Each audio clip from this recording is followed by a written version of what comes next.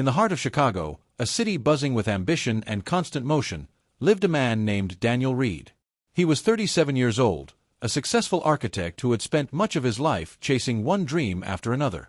From the outside, Daniel seemed to have everything a man could want: financial security, a respectable career, and a circle of acquaintances who admired him.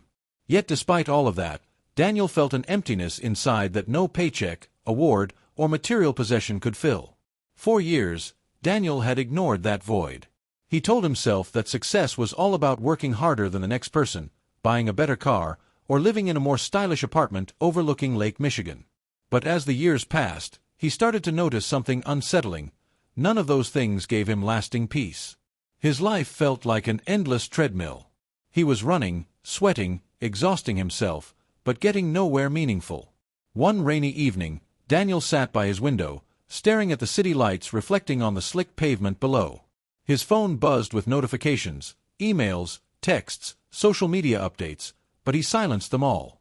He thought back to his college days at the University of Michigan, when he had been filled with dreams not just of money and status, but of purpose, family, and community.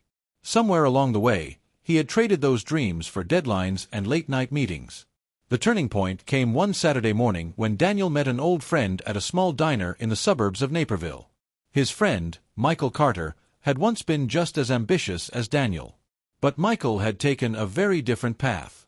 Instead of chasing promotions and overtime pay, Michael had moved to a modest neighborhood in Kansas City, started a family, and focused on building relationships that mattered to him. As Daniel sat across from Michael, he couldn't help but notice the peace on his friend's face. Michael wasn't rich. He didn't own luxury cars or a high-rise condo. But he had something Daniel couldn't buy: contentment.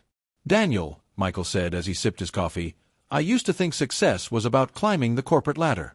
But I realized that ladder was leaning against the wrong wall. I was climbing higher, but I wasn't getting closer to what I truly wanted."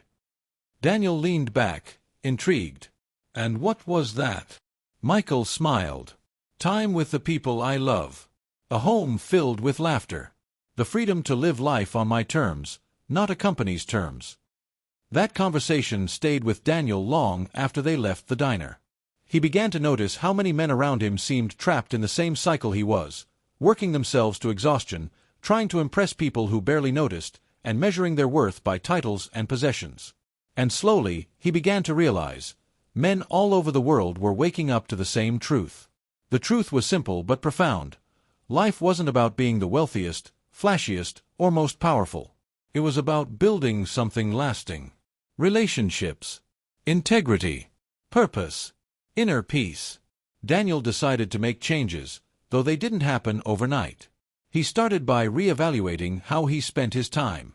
Instead of staying late at the office every night, he began leaving work on time and calling his parents more often. He reconnected with his younger sister, Emily, who lived in Denver, and spent weekends visiting her and her kids. Slowly, he realized that those moments of connection meant far more than another blueprint or paycheck ever could. One summer, Daniel took a trip to Austin, Texas, to visit an old college mentor. His mentor, Professor Harold Thompson, had guided many young men through difficult decisions in life. When Daniel confessed his struggles, Professor Thompson nodded knowingly. "Daniel, you're not alone," he said. "I see it every year. Men chasing the wrong things. But eventually, they realize what matters.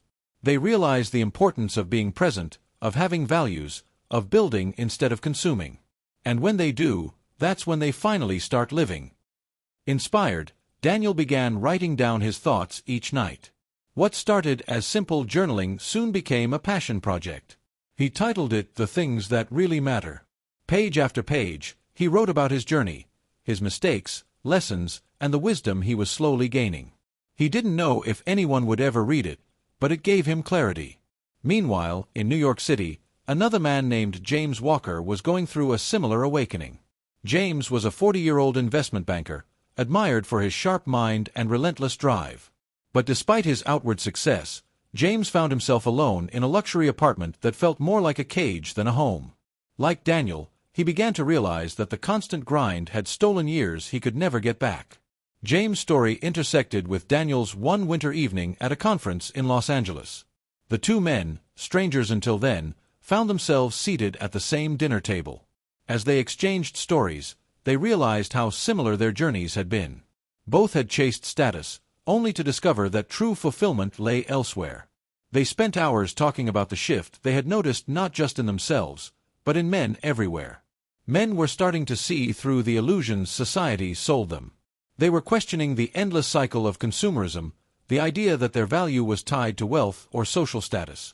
Instead, they were finding strength in simplicity, in family, in community, and in personal growth. The next morning, Daniel and James walked along the Santa Monica beach as the sun rose.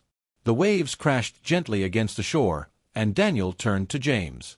"Do you ever think we were meant to learn this lesson the hard way?" he asked. James chuckled. "Probably. But maybe that's what makes it real. Maybe that's why men everywhere are finally realizing it now. Because we've tried everything else, and it didn't work." Their conversation marked the beginning of a lifelong friendship. Together, they decided to share their insights with others. They started small, community talks at local libraries, workshops at men's groups, and online forums where men could discuss their experiences openly. To their surprise, the response was overwhelming. Thousands of men reached out, echoing the same sentiment. They were tired of chasing empty promises and were ready to focus on what truly mattered. Daniel's writings eventually became a published book. James left the banking world and began mentoring young professionals who were searching for balance in their lives. Both men found joy not in the recognition they received, but in knowing they were helping others avoid the mistakes they had made. Over time, their movement spread beyond cities and countries. From Chicago to Dallas, from London to Sydney, from Toronto to Cape Town, men from all walks of life were coming to the same realization. They wanted more than just survival or material success. They wanted meaning. And slowly, the narrative began to shift.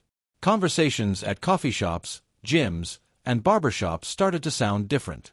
Instead of bragging about promotions or purchases, men were talking about how they reconnected with their fathers, how they started spending more time with their kids, how they found peace in faith, hobbies, or service to others. Daniel often reflected on how far he had come since that rainy night in Chicago. He still worked as an architect, but he no longer defined himself by his job. His success was measured in memories, not money.